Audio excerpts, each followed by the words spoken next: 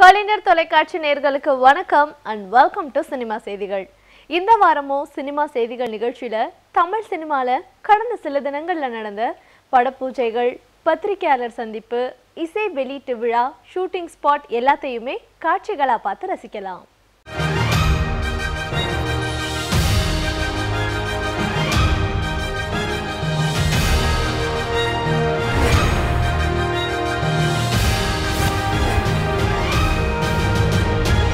ஒரு திரைப்பட இயக்குனர் வாய்ப்புகளும் சந்தர்ப்பங்களும் கிடைக்கும் வரை திரைப்படங்களை இயக்கிட்டு இருப்பாங்க, அல்லது தனது திறமைகளை வைத்து இயக்குவதற்கான வாய்ப்புகளை உருவாக்கிக்குவாங்க.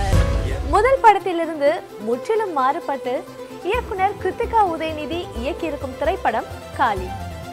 விஜய் ஆண்டனி ஹீரோவாக நடித்த காமெடி, ஆக்ஷன், சென்டிமெண்ட், எமோஷன் என எல்லாமும் கலந்திருக்கும் என்டர்டைன்மெண்ட் மூவி. இந்த படம் வெளிவந்து நல்ல வரவேற்பு அடைஞ்சிருக்கு. நான் கிருத்திகா உதயநிதி. காளியோட ப்ரெஸ் மீட்டில் இன்றைக்கி நாங்கள் வந்து சாங்ஸும் 20 மினிட் ஃபுட்டேஜும் காட்ட போகிறோம். இது வந்து ஒரு கம்ப்ளீட் ஒரு ஃபேமிலி ஃபில்மாக இருக்கும். பசங்க, அம்மா, அப்பா எல்லோரும் சேர்ந்து கூப்பிட்டு போய் ஒரு எமோஷ்னலான ஃபிலிம் இருக்கும். விஜயன் யூஸ்வலாக டிஃப்ரெண்ட்டான ஸ்கிரிப்ட் தேர்ந்தெடுப்பார். ஸோ அந்த இதில் தான் காளியும் தேர்ந்தெடுத்துருக்கிறாரு. ஸோ கண்டிப்பாக நீங்கள் எல்லாம் என்ஜாய் பண்ணுவீங்கன்னு நம்புகிறேன். இந்த படம் நல்லா வந்திருக்கு. அதுக்கு முதல் முக்கிய காரணம் வந்து என்னோட டைரக்டர் கிருத்திகா உதயநிதி. அவங்க சொல்லிட்டாங்க இல்லையா, அவங்க பேசின மாதிரி தான் ஒவ்வொரு குடும்பத்துலேயும் இவங்கள மாதிரி இன்னும் பல திறமையான பெண்கள் இருக்கிறாங்க. ஆண்கள் வந்து அவங்களுக்கு அவங்க ஸ்பெஷல் முன்னுரிமை கொடுத்து கொண்டு வந்தாங்கன்னா பல கிருத்திகாவை பார்க்க முடியும் இண்டஸ்ட்ரியில். அப்படி ஒரு நல்ல ஒரு டேலண்டட் கிருத்திகாவோட ஒர்க் பண்ண வாய்ப்பு கிடைச்சதுக்கு ரொம்ப சந்தோஷம்.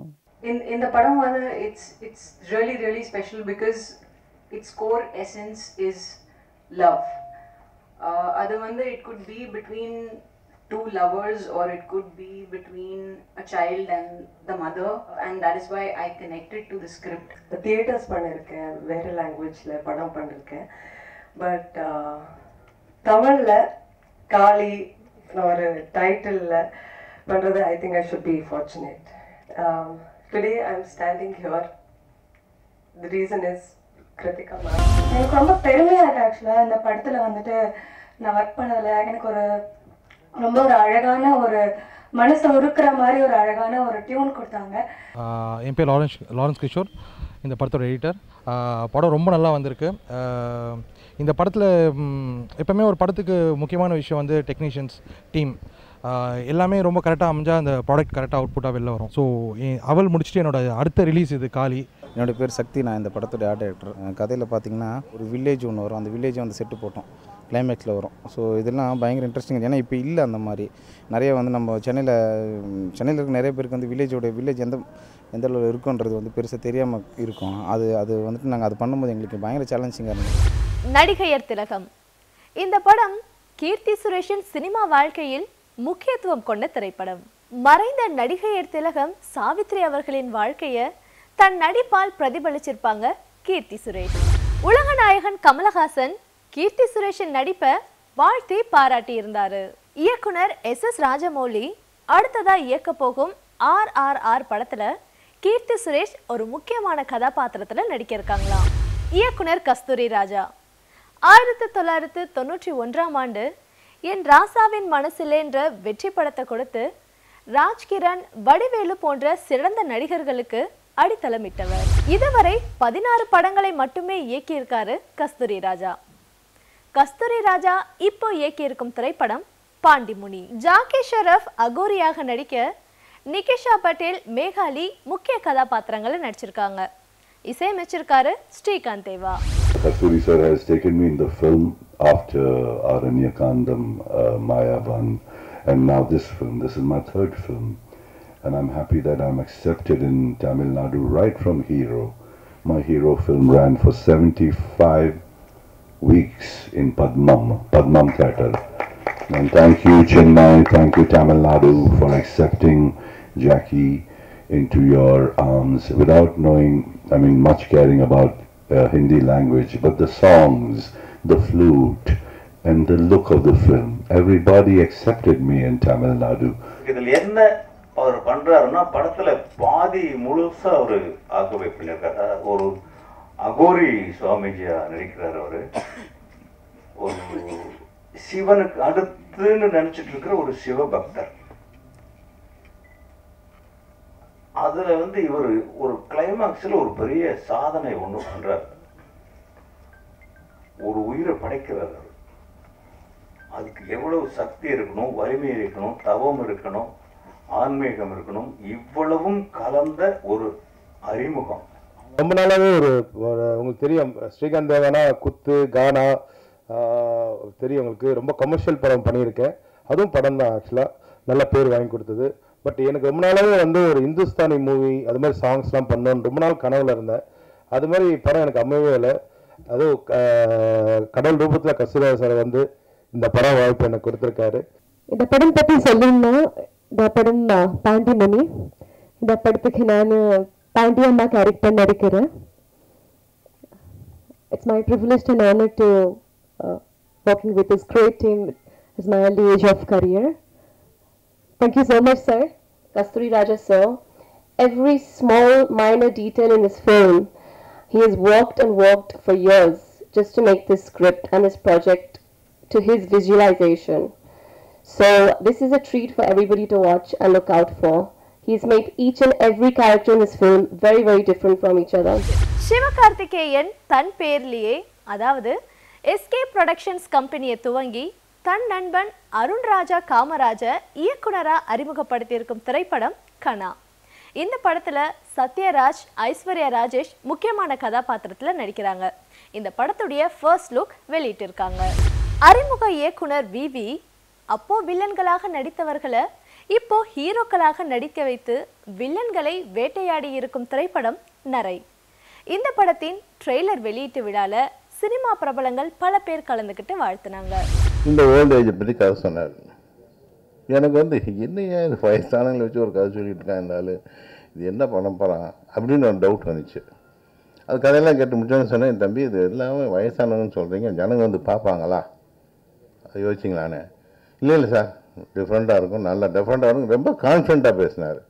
நான் அப்புறம் சொன்னேன், இதில் ஏதாவது யங்ஸ்டர்ஸ் யாரும் இருக்காங்க சார், எல்லோரும் இருக்காங்க சார், நீங்கள் அதை பற்றி கவலைப்படாங்கன்னாரு. அதுக்கப்புறம் அந்த படம் நான் ஒத்துக்கிட்டேன். ஏன்னா எனக்கு ரொம்ப டவுட்டு, வயசானவங்களை வச்சுக்கிட்டு என்ன பண்ண போகிறாருன்னு. ஆனால் ரொம்ப பிரமாதமாக பண்ணாங்க இந்த டோட்டல் யூனிட்டுமே. நிறைய சந்திக்க முடியாத மனிதனை, மண்ணில் பிறந்தவன் எல்லாம் நிறைய சந்திச்சே ஆகணும். அதேமாதிரி எல்லாரும் இந்த படத்தை பார்த்தே ஆகணும். எப்படி முதியவர்களை வச்சு, ஆனால் ஹீரோ ஹீரோயின் இருக்காங்க, கரைக்கு அச்சாணி அவங்க தான். பட் அந்த ரிவெஞ்சை எப்படி எடுத்துகிட்டு ஹேண்டில் பண்ணுறாங்க, பிரெயின் ஒர்க்கு, பலம் தேவையில்லை, மூலப்பலம் தேவை. மூலப்பலத்தால் நம்ம நிறைய காரியத்தை சாதிக்கலாம் அப்படின்ற ரிவெஞ்சை அதில் தான் சொல்லுவார். ரொம்ப தெளிவாக, வெரி பர்ஃபெக்ட் ட்ரீட்மெண்ட். என்னோட பேர் விவி, நான் நரை படத்தோட டேரக்டர். ஸோ நரை படம் ஒரு 7 தாத்தாங்களை வச்சு நான் பண்ணியிருக்கேன். ஒரு கமர்ஷியல் ஸ்கிரிப்ட், ஒரு 7 தாத்தாங்க 4 வில்லங்க கூட மோதுனா எப்படி இருக்குங்கிறதா ஒரு ஸ்கிரிப்ட். அதுவும் இப்போ உள்ள கரண்ட் ட்ரெண்டில் உள்ள ஒரு பெரிய ப்ராப்ளத்தை பேஸ் பண்ணி நான் இந்த ஸ்கிரிப்ட் எடுத்திருக்கோம். என் பேர் லீமா, நான் நிறைய படத்தில் ஹீரோனாக பண்ணியிருக்கேன். இந்த படத்தை பற்றி சொல்லணுன்னா, இது கொஞ்சம் வயசானவங்களை பேஸ் பண்ணிடும், ஓல்டேஜ் ஹோமில் நடக்கிற இதுதான் இதோட மெயின் ஸ்கிரிப்ட். இந்த படத்தில் என்னோடய கேரக்டர் பற்றி சொல்லணுன்னா, என்னோடய கேரக்டர் நேம் பிரீத்தி. இந்த கேரக்டர் பேஸ் பண்ணி தான் இந்த ஃபுல் கதையும் இருக்கும். என்னோடய பேர் ஈதன். இந்த படத்தில் I am playing a CBCID officer, so மஃப்தி போலீஸ் ஆக்சுவலி. இந்த படத்தோட director Vivek. It's actually second movie in Tamil. நரை. இந்த படம் வயசானவங்களோட காதல், அவங்களுக்கு எந்த மாதிரி ஒரு காதல் வருது, காதல்னா நாட் ஜஸ்ட் லவ், ஒரு love in a very pure form, ஒருத்தங்க மேலே வர ஒரு காதல் பற்றி ஒரு படம். மியூசிக்கும் நான் கொஞ்சம் நல்லா ட்ரை பண்ணியிருக்கேன், நல்லா வந்திருக்கு. நரை என்ற படம் மிகப்பெரிய ஹிட் ஆகும். இந்த ஒரு சப்ஜெக்ட் 30 வருஷமாக நான் சினிமாவில் இருக்கேன். 30 வருஷமாக இந்த மாதிரி ஒரு சப்ஜெக்டே வரல. இது ஒரு யூத்துக்கும் வயசானவங்களுக்கும் இருக்கிற ஒரு போராட்டம். இன்றைக்கி மனிதனுக்கு என்ன தேவைங்கிறது ரொம்ப அருமையாக சொல்லி இந்த படத்தை இருக்காரு. இந்த படத்தை சிறப்பாக முடிச்சிருக்கோம். பாண்டிச்சேரி லொக்கேஷன், எல்லா லொக்கேஷன்லாம் டிஃப்ரெண்ட் லொக்கேஷனில் பண்ணியிருக்கோம். என் பேர் ரோஹித். நான் சைல்டு ஆர்டிஸ்ட்டாக ஒரு 10 படம் பண்ணியிருக்கேன். இப்படி ஒரு வித்தியாசமான கதை காலத்தில் அறிமுகமாகிறதுல குடும்பத்தில் உள்ள அனைத்து பெண்களும் அனைவரும் மிக சந்தோஷமாக தியேட்டர் பார்க்குற அளவுக்கு ஒரு வர்த்ஃபுல்லான ஒரு மூவி. இயக்குனர் KV ஆனந்த் இயக்கும் சூர்யாவின் 37வது திரைப்படத்துல அல்லு சிரீஷ் ஒரு முக்கியமான கதாபாத்திரத்துல நடிக்கிறாரு. இந்த படத்துல மோகன்லாலும் நடிக்கிறாருன்றத ஏற்கனவே இந்த நிகழ்ச்சியில பார்த்திருக்கோம்.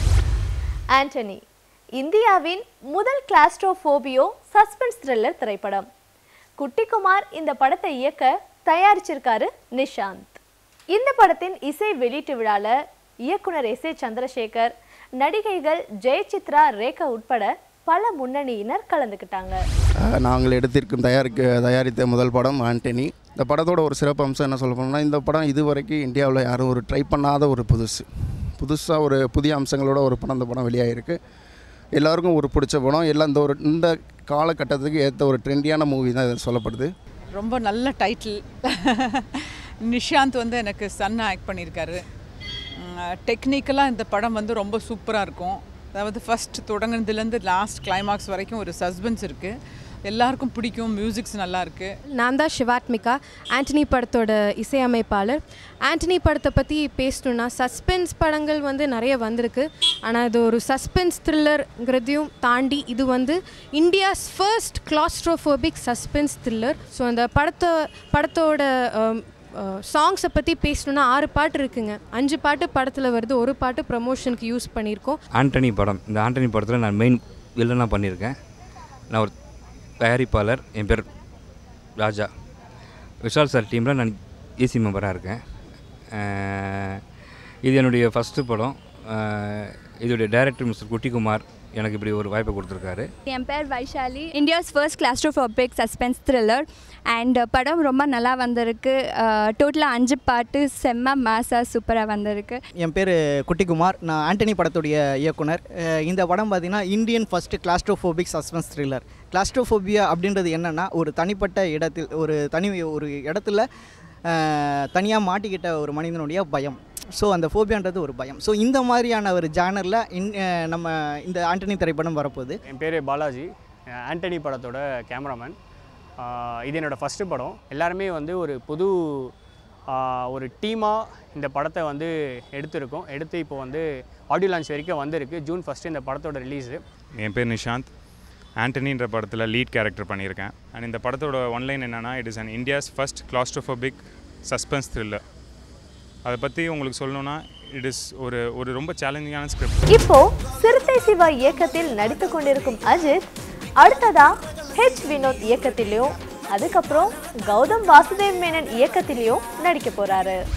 நடன இயக்குனர் தினேஷ் 17 வருடங்களா இந்திய சினிமாவில் சிறந்து விளங்கும் டான்ஸ் மாஸ்டர்.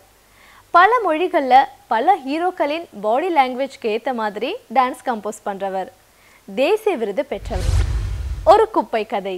தினேஷ் மாஸ்டர் கதையின் நாயகனாகவும் மனிஷா யாதவ் நாயகியாகவும் நடிச்சிருக்காங்க. இந்த படத்தை இயக்கியிருக்காரு காளி ரங்கசாமி, தயாரிச்சிருக்காரு அஸ்லம். இந்த படத்துக்கு இசையமைச்சிருக்காரு ஜோஷ்வா ஸ்ரீதர். இந்த படத்தின் இசை வெளியீட்டு விழால நடிகர்கள் ஆர்யா, சிவகார்த்திகேயன், உதயநிதி ஸ்டாலின் உட்பட பல பேர் கலந்துக்கிட்டு வாழ்த்துனாங்க. மாஸ்டரோட என்னோட ட்ராவல் ஒரு சினிமா மாஸ்டர் ஹீரோ அப்படின்னு இல்லாமல் உண்மையான ஒரு அண்ணன் தம்பி எப்படி பழகுவோமோ அப்படி தான் பழகுவோம். எனக்கு முன்னாடி என்னோட டீம் ரெட் ஜெயின் டீம் போய் படம் பார்த்தாங்க.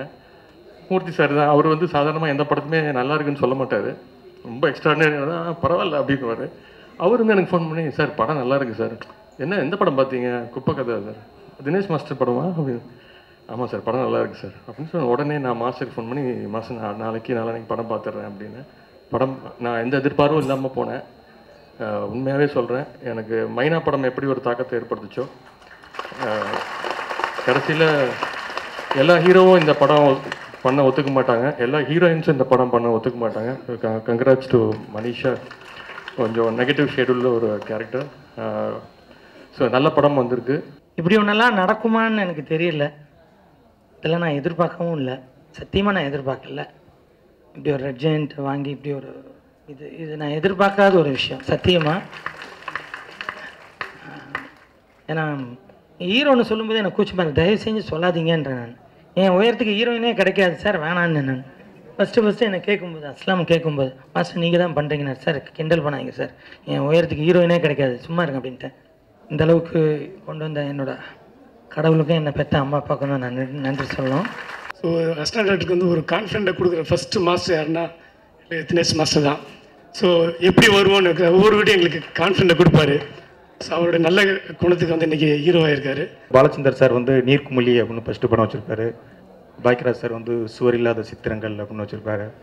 அதே மாதிரி இந்த படமும் அவருடைய அவளுடைய ஃபஸ்ட்டு படம் குப்பை கதை இந்த வேறு வகையில் வரணும் அப்படின்னு நான் நம்புறேன், ஆசைப்பட்றேன். நல்ல டைரக்டருக்கு சான்ஸ் கொடுத்ததில் ஒரு பெருமை. அடுத்து நன்றி அப்படின்னு சொல்லணும்னா எங்கள் டீமுக்கு நன்றி. Technicians right from Joshua ji and Maheshi, we are very thankful for your efforts and your contribution. எங்கள் மொத்த டீம் co-directors, assistant directors எல்லாருக்குமே ஒரு பிக் தேங்க்ஸ். நைட் வந்து எனக்கு சாங் இருக்கும். டேயில் போய் இந்த படத்தில் நடிச்சுட்டு மாஸ்டர் வருவார். ரொம்ப டயர்டாக வந்துடுவார். என்ன மாஸ்டர் அப்படின்னு கேட்பேன். ஒரு ஹீரோவாக ஆன பிறகும் வந்து அந்த ஒரு எந்த விதமான ஒரு சேஞ்சு நான் அவர்கிட்ட பார்க்கவே இல்லை. மாஸ்டர் வந்து பெரிய பெரிய ஹீரோலாம் ஃபுல் ஆட வச்சுருக்காரு. ஸோ அதனுடைய எந்த தாக்கமும் இந்த படத்தில் வராத மாதிரி இந்த படத்தோட கேரக்டருக்கு என்ன வேணுமோ, டேரக்டருக்கு வந்து என்ன வேணுமோ அந்த ஃபுல் கோஆப்ரேட் பண்ணி பண்ணார். இந்த ஜானர் வந்து கொஞ்சம் நகர்ந்துச்சுன்னா ஆர்ட் ஃபிலிமாக மாறிடும், கொஞ்சம் நகர்ந்துச்சுன்னா வேறு மாதிரி படமாக மாறிடும். ஸோ இன்பிட்வீன் ஒரு ட்ராப் இந்த படத்தில் இருந்துச்சு. ஸோ அது ஒரு உன்னதமான ஒரு வேற ஒரு உணர்வு. அது போய் கரெக்டாக போய் சேர்ந்துச்சு அப்படின்னா அது வந்து தமிழ் சினிமாவில் ஒரு மறக்க முடியாத ஒரு பெரிய படமாக இருக்கும். இந்த கதையை கேட்கும்போது எனக்கு பயம் வந்துச்சு, எப்படின்னா இந்த படம் வந்து ஆன் ஸ்க்ரீனில் வந்து கொண்டு வர முடியும் அப்படின்ட்டு. ஏன்னா அவ்வளோ முழுக்க ஒரு கதையை வந்து ஒரு திரைக்கதை மூலமாக எவ்வளோ சுவாரஸ்யப்படுத்த முடியுமோ அந்தளவுக்கு சுவாரஸ்யப்படுத்தியிருந்தார். அந்த வண்டி எல்லா தெருக்களையும் நிற்கும் 11 மணிக்கு. அந்த வண்டி எல்லா தெருலையும் இருக்கும். அவர்கள் நம்ம என்னைக்காவது கூர்ந்து பார்த்துருக்கோமா? அவர்களுக்கு ஒரு வாழ்க்கை இருக்குது, அவங்க வீடு எங்கே இருக்குது, அவங்க எங்கே வாழ்ந்துக்கிட்டு இருக்காங்க அப்படின்னு யாருக்குமே தெரியாது. அப்படி ஒரு குப்பை கதை.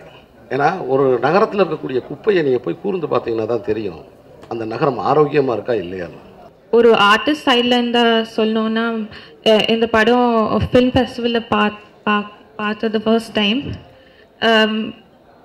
I was speechless. ஒரு ஆர்டிஸ்ட்க்கு ஒரு சாட்டிஸ்ஃபேக்ஷன் இருக்கும், இந்த மாதிரி ஒரு ரோல் பண்ணணும், இந்த மாதிரி ஒரு ஆக்டிங் செய்யணும், இந்த மாதிரி ஒரு லைஃப் டைமில் உங்கள் கரியரில் ஒரு ஃபிலிம் பண்ணணும். அது வந்து எனக்கு ஃபர்ஸ்ட் டைம் தோணுச்சு. சாங்லேயே வந்து அவ்வளோ எஃபர்ட் போட்டு எங்களுக்காக ஒரு ஒர்க் பண்ணும்போது கண்டிப்பாக இந்த படத்தில் ஒரு எவ்வளோ எஃபர்ட் போட்டிருப்பாங்கன்னு எனக்கு பர்சனலாக தெரியும். So hats off you master. Red Giant இந்த படத்தை தொட்டிருக்காங்கன்றது ஸோ 50% சக்ஸஸ் இப்போ கடந்தாச்சுன்னு நினைக்கிறேன் மாஸ்டர். அடுத்து மக்களும் இந்த படத்தை ஏற்றுக்கும் பொழுது நீங்களும் ஹீரோ மாஸ்டர். ஸோ அதனால அண்ட் நீங்கள் டான்ஸை விட மாட்டேன்னு சொல்கிறீங்க, அது சந்தோஷமான விஷயந்தான். அடுத்தடுத்து நிச்சயமாக நிறையா படங்கள் வரும். உங்களோட ஒரு டான்ஸ் மாஸ்டரும் நாங்கள் பயணம் பண்ணிகிட்டே இருக்கணும், நீங்கள் ஹீரோவாகவும் இந்த இதில் இருக்கணும் மாஸ்டர். நிறையா ஹீரோஸ் இருக்கிறது நல்ல விஷயம் தான். இன்னைக்கு எல்லாருமே ஃப்ரெண்ட்லியாக ஜாலியாக வந்து உட்காந்துருக்கோம்.